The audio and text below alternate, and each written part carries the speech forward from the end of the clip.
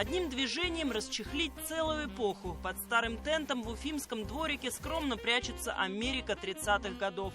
Гангстеры, мафия, ограбление банков. Кто ездил на этом Линкольне, названном в честь президента? Аль Капоне или Бонни и Клайд? А может, где-то в ржавом кузове все еще остались отверстия от пуль? Америка 30-х годов, когда фильмы показываются, как раз вот ездили на таких машинах. Это машины, так скажем, гангстеров, полицейских. Казалось бы, это уже мертвая груда металла, которую не воскресить. Но уфимец Эльфир Саитов знает, как запустить сердце, которое остановилось много лет назад. Так, зажигание включаем. Ключик.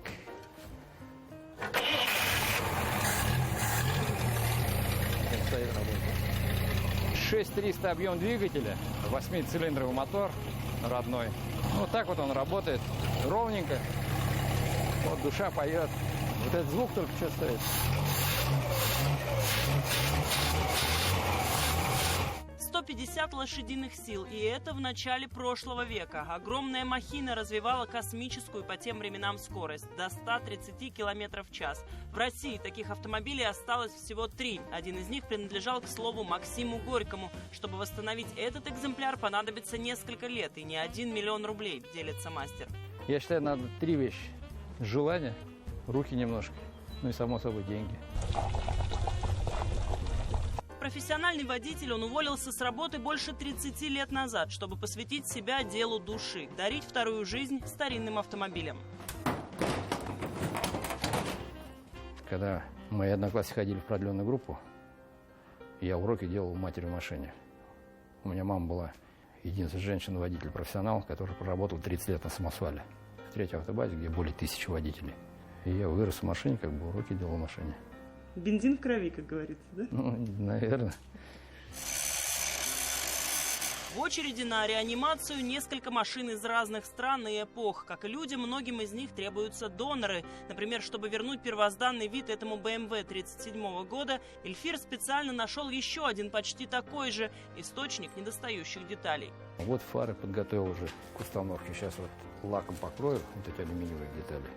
Это родной мотор в оригинале. Он пришел, само собой, не в таком состоянии. Он как кусок бетона, кусок вот комка железа. Все полностью разбираешь до винтика, пескоструишь, красишь. Сам он ездит на легендарном 123-м Мерседесе производства 70-х. Уже тогда на коробке автомат. Ради этой машины уфимец специально съездил в город Орел. 3500 отмахал. Это надо быть, наверное, полным психом, чтобы столько проехать. Многие даже не понимают, ну зачем вроде. Такой металлом, прочее. А я просто езжу, наслаждаюсь.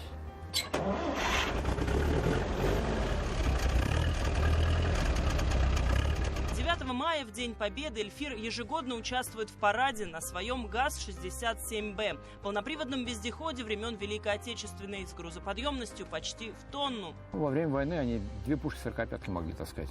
Рабочие лошадки были. Полноприводный джип. А в любой мороз заводится. Очень надежно раньше делали. Ну, таких войной и выиграли. Однако недавно реставрационная деятельность мастера оказалась под угрозой, как, впрочем, и его жизнь. В грузовом автомобиле-манипуляторе прямо на ходу на трассе случился пожар. Эльфир едва не погиб в огне, а после оказался без средств к существованию. Вернуться в строй помогли единомышленники из клуба ретро-автомобилей. На мне куртка горела, спортивная шапка даже, оказывается, горела. По спине кто-то хлопает. Ну, я думаю, там знакомый какой-то остановился. А он, оказывается, на мне куртку тушит. Ребята с клуба, с нашего ретро-клуба, помогли деньгами. Мне было до слез. Я даже ком в горле стал, когда начали. Ну, я не ожидал, я думал, такое в кино бывает или там в сказке. Но хотел специально поблагодарить вот ребят, мужиков, что помогли. И финансово, и морально помогли. Теперь уж точно, в строй стану.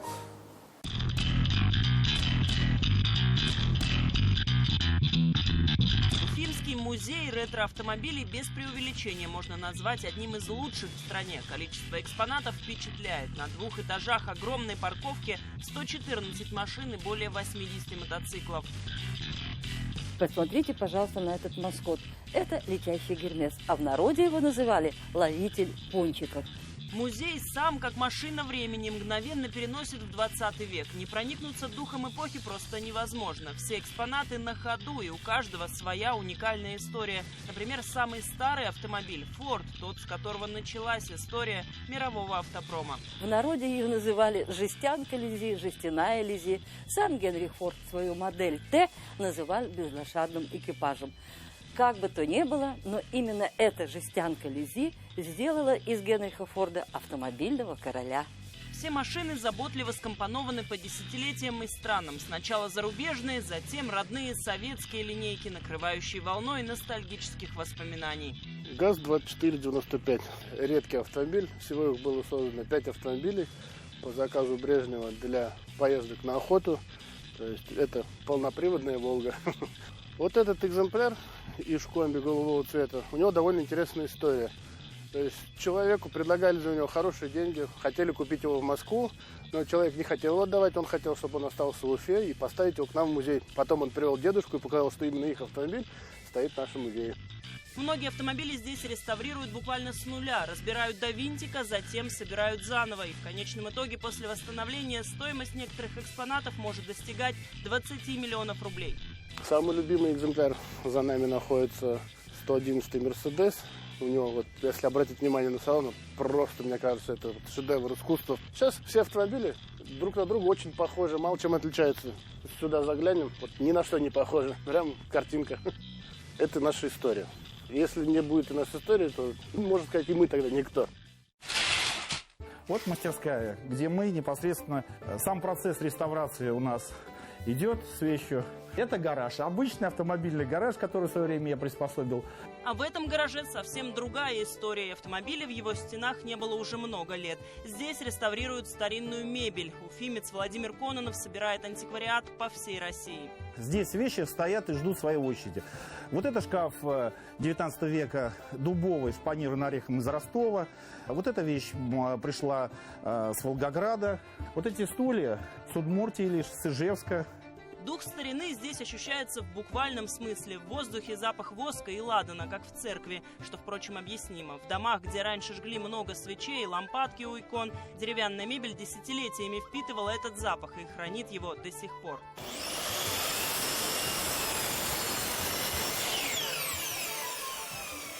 Как он пахнет! Я же говорю, Да? это дерево. Ну, это старое дерево, да.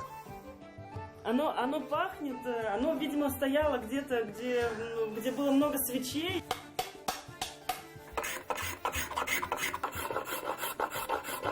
Владимир Кононов в прошлом президент Федерации бодибилдинга республики, но 10 лет назад, как признается, в переломный момент в жизни кардинально сменил направление, занялся реставрацией. Говорит, в том, чтобы возвращать к жизни предметы старины, есть особая магия. Есть ради чего жить. Дети, они вырастают, уходят, а твое хобби остается с тобой всегда. То есть ты в могилу идешь с этим хобби. Вот. Да, в антикварном гробе. Иногда такие вещи могут быть найдены практически на помойке, но после реставрации их стоимость начинается от 50 тысяч рублей. Каждый такой стол или стул – ручная работа. По сути, произведение искусства, которое может многое рассказать и о своем создателе, и о владельце, и об эпохе, если, конечно, реставратор сумеет разгадать этот ребус. В процессе реставрации ты должен соприкасаться, то есть выяснять, откуда, что за стиль, чья рука, где оно было, как она дошла, как она попала. Есть предмет, и вокруг него целый мир вырастает. Можно представить, например, как кипели страсти и вершились судьбы за этим игральным столом в Петербурге XIX века. За ним, скорее всего, не писали, а именно играли. Играли в карты. Ориентировочно, то есть особняк Дашковой. Как игральный стол, да, он видел все. И кто-то богател, и кто-то как бы проигрывался в ноль.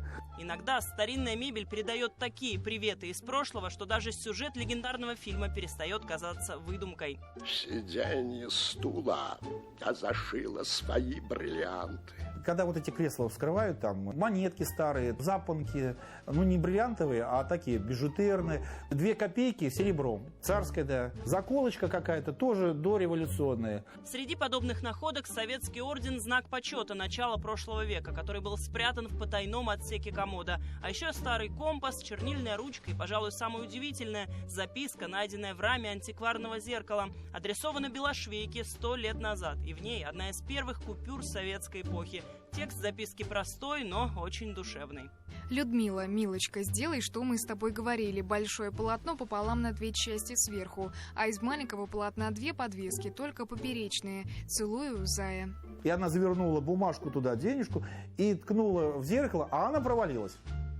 То есть и вот эта как бы капсула времени вскрылась только тогда, когда мы вот начали зеркало вынимать, и это вывалилось с бумажкой, с денежкой. То есть хозяйке, кстати, очень было приятно, что я ей вернул. Говорит, это моя прапрабабушка. То есть я, говорит, ее не помню, а вот след времени пришел.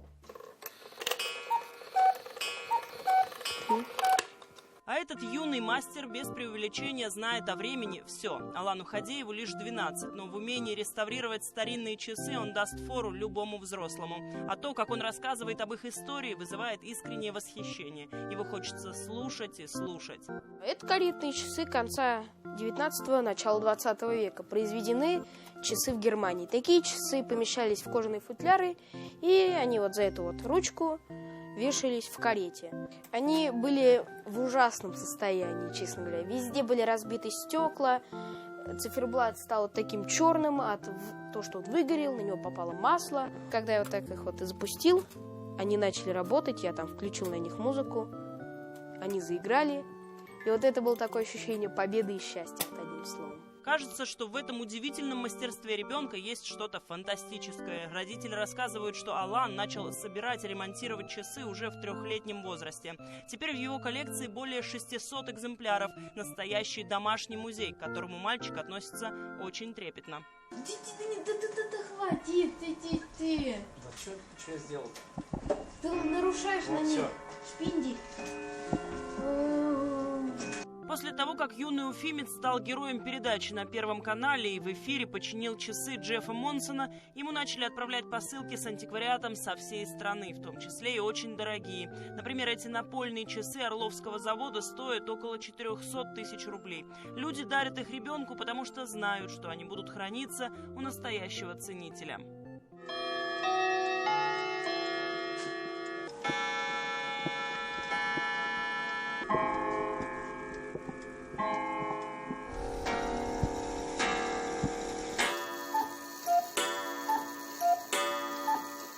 Самым старинным часам в коллекции Алана больше 200 лет, признается. Их он выменял на свою барабанную установку. Эти часы делались вручную мастерами в городе Шварцвальд. Шварцвальд – это родина часов, вообще механических. Мастер уверен, в каждых часах с историей своя загадка, и в том, чтобы разгадать ее, есть особый азарт. Это были карманные часы в серебряном корпусе за отличную стрельбу. Середина была замазана бронзовой краской. Ну и когда я очистил, я смог обнаружить портрет Николая II с его супругой. Скорее всего, его замазали во времена революции. В отличие от современных, каждые старинные часы сделаны с душой, считает мальчик. И в этом главный смысл их реставрации. Современные часы, что это? Это кусок пластика обычный. Кусок пластика с какими-то проводками и пищалкой. Никакой души в этом нету, я прям вижу. Вот душевные часы, вот душевные. Очень много душевных часов на столе. Я считаю, главное не время, которое часы показывают, а времена, которых они могут рассказать. Кроме своего основного назначения, предметы старины, будь то часы, мебель или автомобили, конечно, выполняют еще и эстетическую функцию. Окружая себя красотой, человек живет в гармонии, а значит и сам во многом становится лучше.